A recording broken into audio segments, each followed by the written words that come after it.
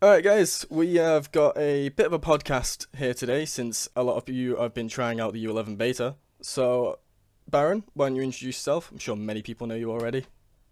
Yeah, hello, mate. Very good to talk to you again. And yeah, I am Byron from Blade and Sorcery. I'm the producer, community manager for the game.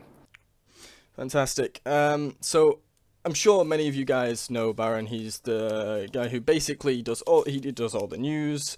He's posted basically everything you've ever read about first-hand information on the game. Uh, Even back as far as, I think, Byron, when did you first get involved with Brilliant Sorcery? It was because I was involved with the alpha even before it was live. I think that would have been the equivalent of about U3. I Oh, think. wow. I think so because I think the first ever beta that was playable was U4, and even normal people didn't play that. But that was back when I was reviewing the game when I was a YouTuber, back in 2018. Wow, yeah. I think I came into the game just as U6 was finishing up. Oh, Uh, cool. but I didn't even start thinking about doing any content until U9, I think. I don't think I did. Because Yeah, I wanted to in 8.3, and it was just not doable, really.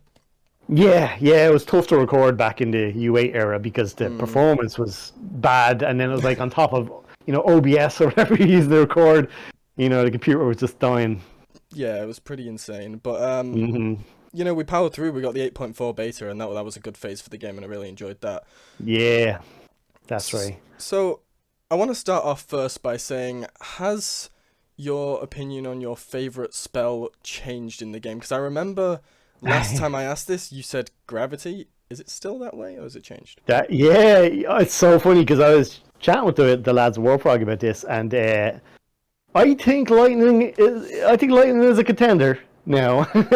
I still absolutely love gravity because it's just so fun. And now we have the gravity hover and stuff. It's like so good. So I think gravity is still my favorite. It's just inching out in the lead. But I have to say, what a dark horse in lightning because that used to be everyone's last spell was lightning.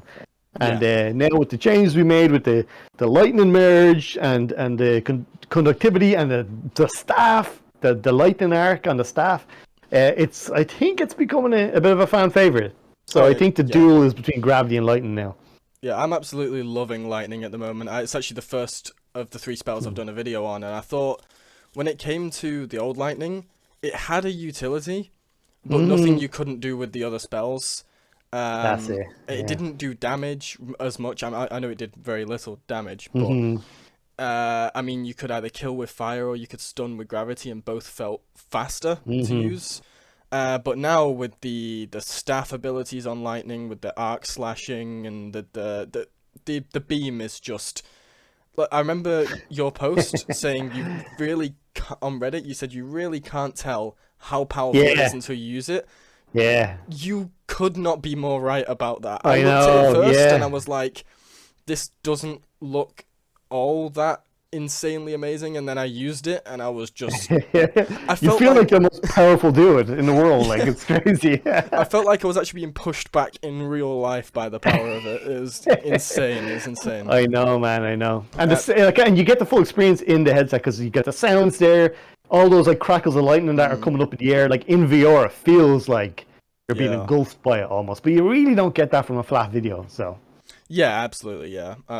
Even rewatching my own video, you don't get the same feeling. It looks yeah. cool, but I also, out of interest, what is your favorite new feature in U11, and which ones did you have the biggest kind of influence over or say?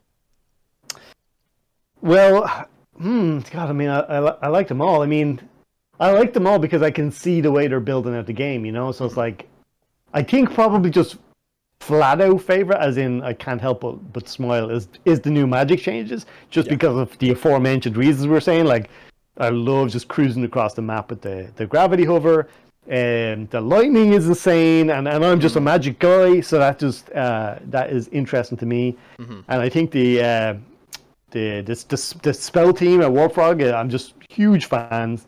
They're brilliant and they're kicking ass. Yeah, Uh, absolutely. so that's probably like my most kind of obvious. This brings me joy, but I love everything, man. It's like the clothing system is going to be amazing when it's like rolled into progression mode. Even the small things like doors, like when that's going to be rolled out into rooms, that's going to be great.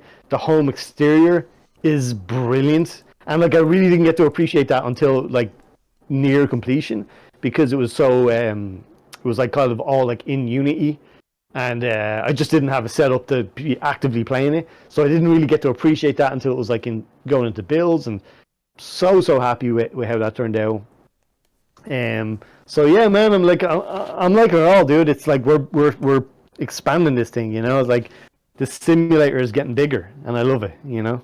Yeah, I think what U11 really felt like to me was, so U10 was a main feature expansion. It brought out dungeons and a few weapons, and it kind of just said, this is the way we're taking the game. And then U11 feels like it's built upon the core basics of the game in such a way that it feels like you couldn't go back without those now. Especially, I would say, I feel like Blade and Sorcery, for me personally, I've always been a sword fighting guy, so I've never really been a big fan of the Sorcery. But I feel like with this update, it's really earned the Sorcery part of the name now. That's great. Like, I can pick up a staff and fight around with it, and I really enjoy it now, whereas obviously in the past with just the fireballs on the staff, it wasn't as enjoyable.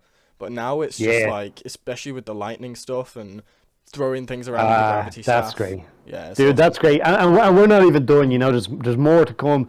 But it's like, for U11, it always makes me laugh, because this was supposed to be like the quote unquote, this was the little update, you know. And it was supposed to be like a little update in between big updates U12 and U10, and it's basically like setting up the framework for bigger things to come in U12. So for example, like the inventory system, it's like, it's cool, but like you can put potions in right now, and that's great, but kind of doesn't really have a function other than just storing potions and stuff right now. But you know, when we go into progression mode in U12, that will make sense. You know, the clothing system, same thing. It's still super fun to be able to equip clothes right now, so you can see your character wearing different clothes. But when U12 rolls out, and you know, buying and selling clothes is a thing, and like unlocking new clothes, then it's going to make a lot more sense, you know, why we have a clothes system. So little things like that. Having said that, I mean, players are enjoying it right now, so that's cool. You know, it's like they're not even looking at this as like a framework update. So that's awesome. I mean, I'm so happy players are enjoying it, and I'd say this has probably been the smoothest beta we've ever rolled out, which is also encouraging, because it suggests that the full release is probably going to be a pretty nice one. Like, people are probably going to like the full update a lot if they're already enjoying the beta. So that gives me a lot of encouragement. Yeah, 100% agreed. I think also when it comes to it being a framework update, I think the one thing that would, because you could fool me in saying it wasn't with a lot of the stuff that's in it. I think the one thing that many modders have discussed, definitely in the private chat, and I've discussed a lot with Bowtie in parts, is the animation overhaul and the way the new combat is working at the moment. You can tell that is definitely early in framework, because there are obviously, I mean, I even spoke to me, there's certain animations that are a little too fast, a little too slow. You can tell it's still being worked on very heavily, but even though the combat feels slightly less reactive now, it's got the potential to be way better with the system they're using now than before. Totally, and it was for me and Bowtie too. You know, there's such a relief. Like, from the feedback, we've gotten a lot of responses. We've gotten about 850 or something like that feedback responses already, and the beta's only been out a couple of days. And in the question regarding the animation overhaul, the overwhelming majority are saying it's in the right direction. You know, that's better than U10 in the right direction. And yeah, the idea was just that, you know, it's just like, the idea was to just kind of make it feel like less stilted, so less like, you know, the enemy is very clearly going to run an animation and then reset and then run and reset. It would feel a little bit fluid.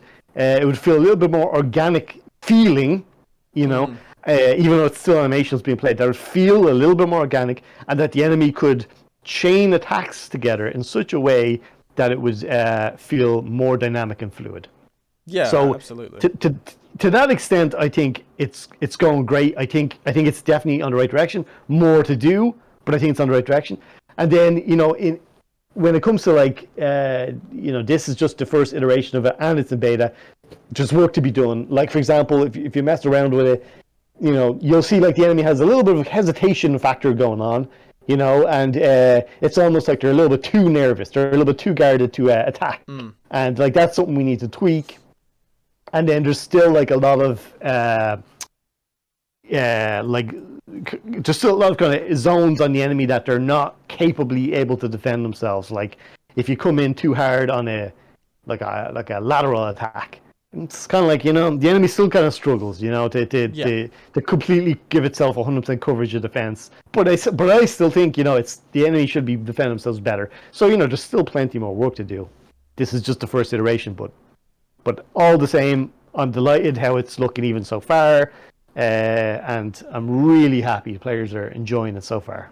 Yeah, I think it's got a lot of potential. And speaking of potential, I would say, now obviously, completely correct me if I'm wrong, but I feel like when it comes to the tutorial that got added, it makes me feel like those environments and the way the stuff that I saw, because by the way, that room where you're climbing around the tutorial looks incredible. The new environments are amazing. Yeah. It felt very much like the first step to progression mode. It felt like the very first room you'd experience in progression mode to me. Yeah, man, got some surprises coming for you there. So stay tuned for that. The environment team, dude, is awesome, and both in terms of like the rooms they're making and the graphics. It's great. Now, when you say surprises, I'm gonna make a theory, and I know you probably can't reveal anything, but at the top of one of the cliffs inside of that room, there's a big circular door with a platform in front of it. I feel like you're gonna be able to go through that at some point. I don't know why. I just have a solid feeling. well, one way or the other, I'm not going to spoil anything. The only thing I will say though is, I think we even chatted about this on your last video. With when it comes to lore and stuff like that, our attitude was always going to be, there'll never be like a storyline, in Blade and Sorcery, in the sense that like like Skyrim or something like that. No, with a cast of characters and stuff like that. But that doesn't mean we want a dead world. So we wanted to cram the world full of lore that the player could, piece together. Yeah. And ultimately, us never saying whether it's right or wrong, but cunning players, detective players, can piece together lore and kind of like try and put together what is up with this world and what is the story behind this world and the factions that exist in it. Like for example, who are these guys that live in dungeons or are inhabiting dungeons, like the bandits and stuff? Who are they? And what are they up to? And so stuff that would be revealed inadvertently is not the right word, but what's the word I'm trying to think? Like passively, stuff that's revealed passively through the world lore. A player can piece this all together. Yeah, it's very From Software, Dark Souls, Elden Ring-esque in that way. Great example. Yeah, great example. Kind of just like hint at things and let you figure it out from there. Perfect example. Yeah, exactly. That's my favorite kind of way of doing it. I don't like to be handheld through a story too often, unless it's a game that's just designed to tell a story. When it comes to things like Detroit Become Human and games like that, they're fine.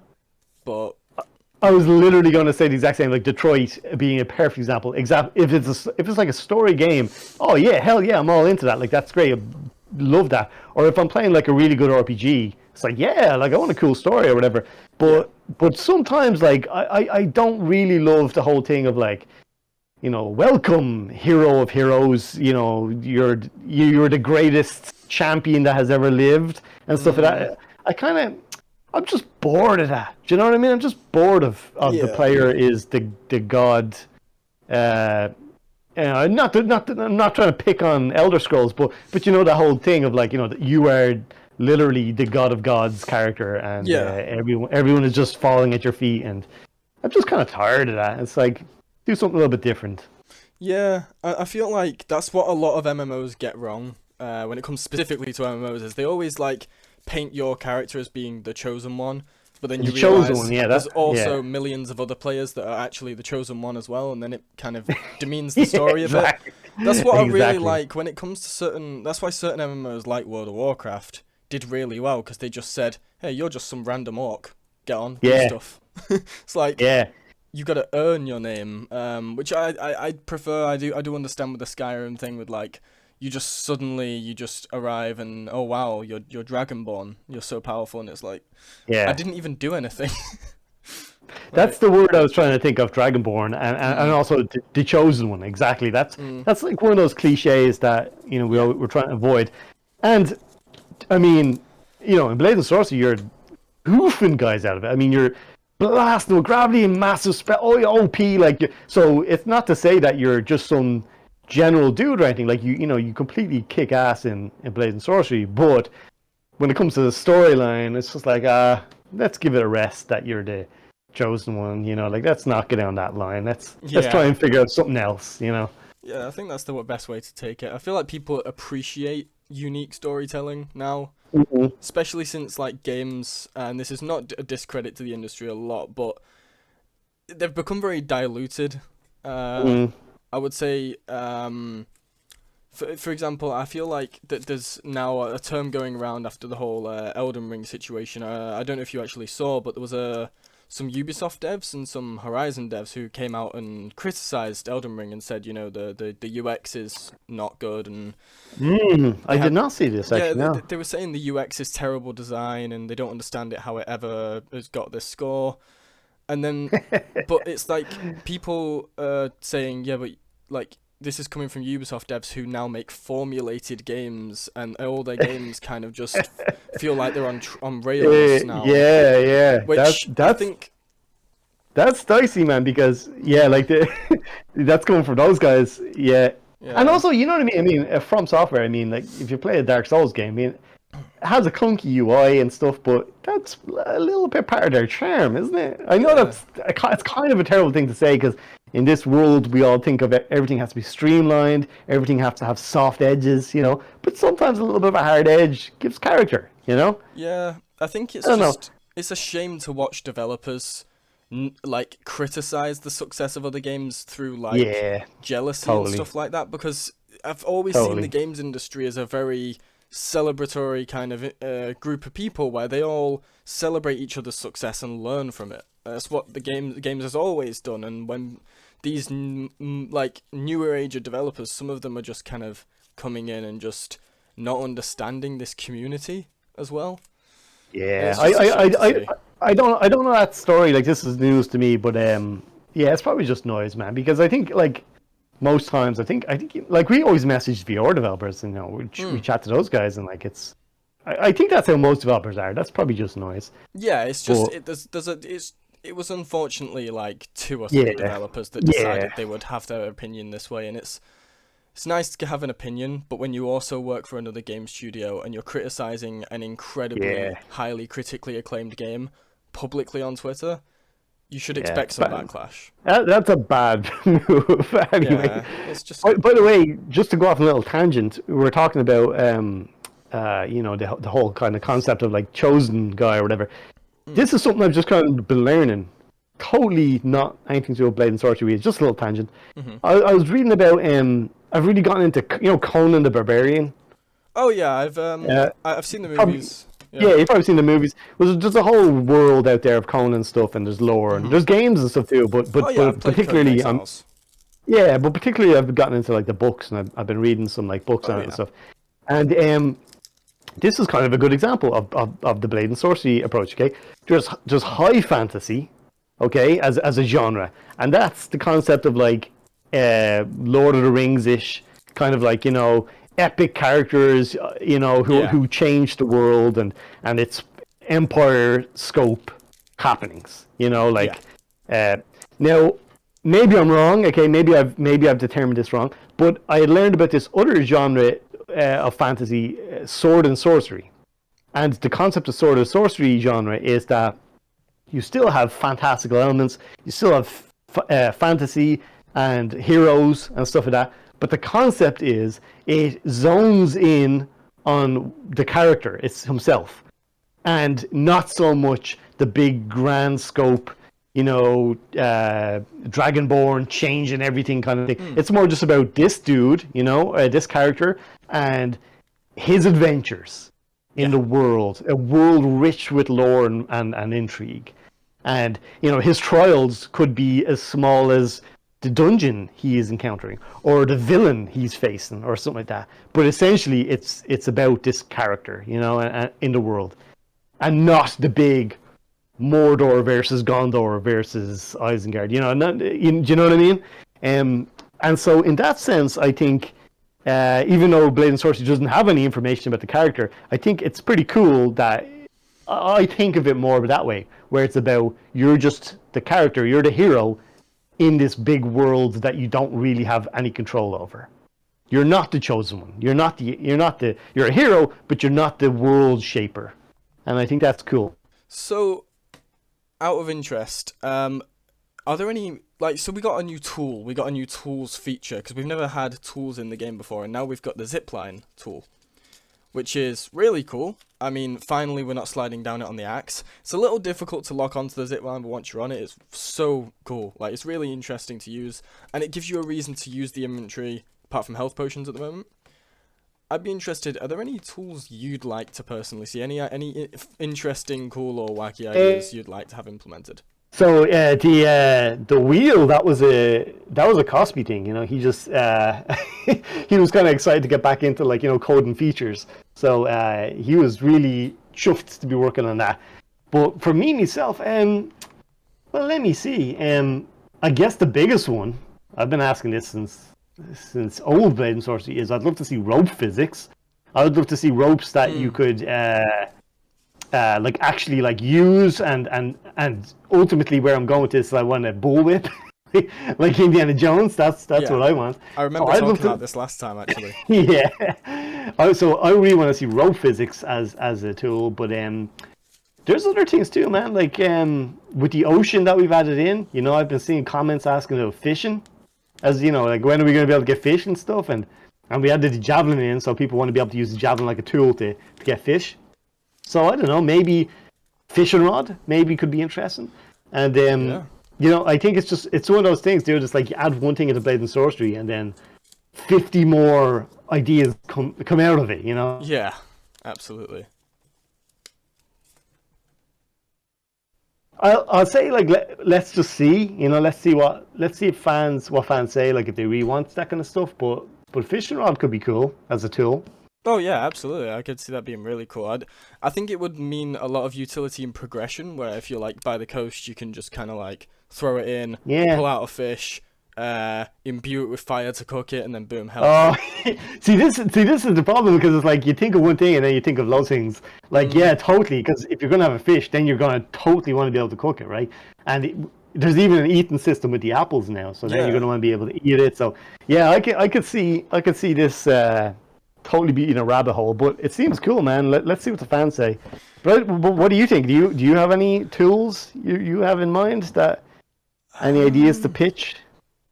Oh, I did have a few. I would absolutely love some kind of physical lockpick for the doors system.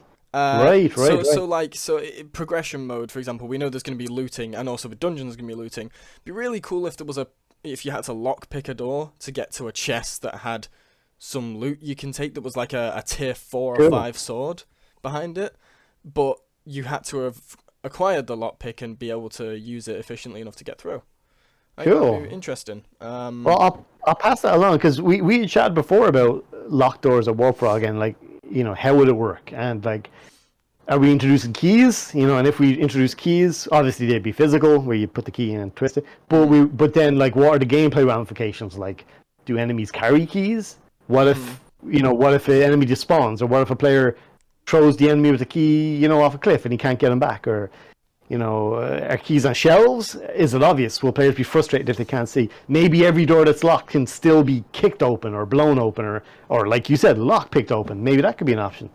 So it's pretty interesting, man. I'll pass that idea along.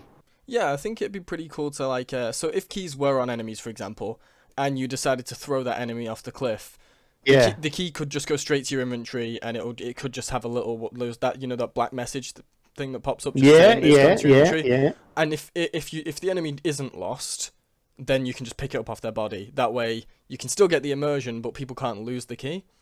But That's an idea. Yeah. yeah, you could still then have the option if you've got the lock picking tool, if you're or skill, if you're far enough into progression mode, that you can bypass even having to get the key if you can lockpick it. There you go. Maybe that's it. So maybe even the key doesn't automatically go into your inventory, and so if the key is lost, it's lost. But Ah, but maybe the lockpick stays in your inventory. yeah. So, kind of like the wheel, and you can't because you can't lose the wheel. It always goes back in your inventory. So maybe it's like the key is great because it's easy, but if you've lost the key and you can't find it, there's always some way to get through the door. Whether it's lockpicking, maybe you can break it open with enough power, like you can blast it open with enough gravity or something. I don't know. We haven't like really confirmed, about this idea of locked doors. It's still kind of like a gameplay concern, but we have talked about it. But anyway, I'll bring that thing up about the lockpicks because that could be a neat idea. I feel like it would add another element to dungeons, definitely. Yeah, what I was going to ask is, obviously, like I said, modders love to dig through files, especially with this new update. We'd love to find out if there's anything we can find before we get the SDK and what we can do with it. And what we did find is your old favourite weapon. Yes. And your as far as I'm aware, it was actually designed for you, as far as I remember.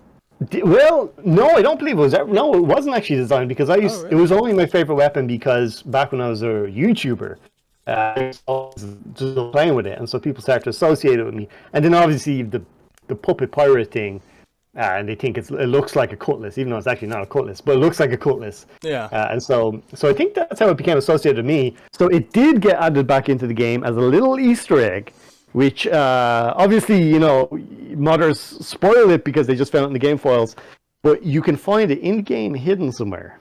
And I don't know if you want to, I don't know if you want to spoil it, but maybe don't spoil it. But yeah, you can find it in game. It's not a spawnable item. I have a strong feeling that it is going to be somewhere on the coast near a boat. I just have a feeling that would make sense. Maybe.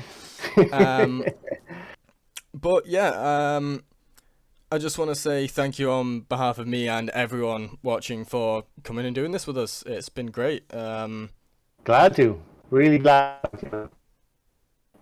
And I really hope that we can, do this for each update, get a nice update from someone involved in the studio, because it's always great to hear these opinions and kind of point of views from people who are right in there on top of all the development process. And there's a lot of people in the community who aren't as involved in the Discord who don't hear about this stuff, and it's really useful for that. I mean, great. And it's great that DLC gets to do this kind of stuff with you as well, because he obviously gets other sides of things that I don't think of. So yeah, I would say, guys, if you haven't, go and watch DLCs when that's up. If it's already up by the time this goes up, I'll link it. But yeah, Byron, do you want to say your closing piece, and I'll finish this up? Lovely. No more to say. Just happy to talk to you today, and glad everyone is enjoying the beta. Fantastic. Oh, and one thing before we go, guys.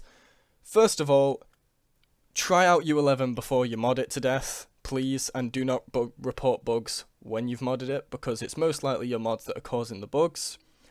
Second of all, if you want to go and report any bugs or do a general feedback form, I will link the forms in the description for you to go and do that, because it will really help out the devs a lot. And you can just help improve the quality of the game in general. Spot on. Alright, thanks guys, see you in a bit.